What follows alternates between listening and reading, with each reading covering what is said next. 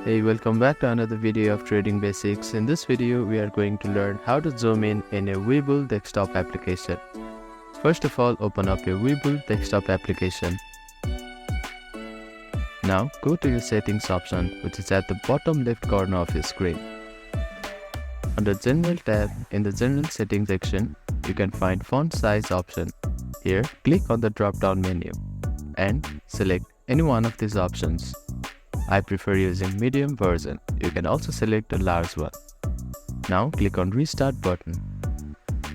The application will restart and the font size will be applied.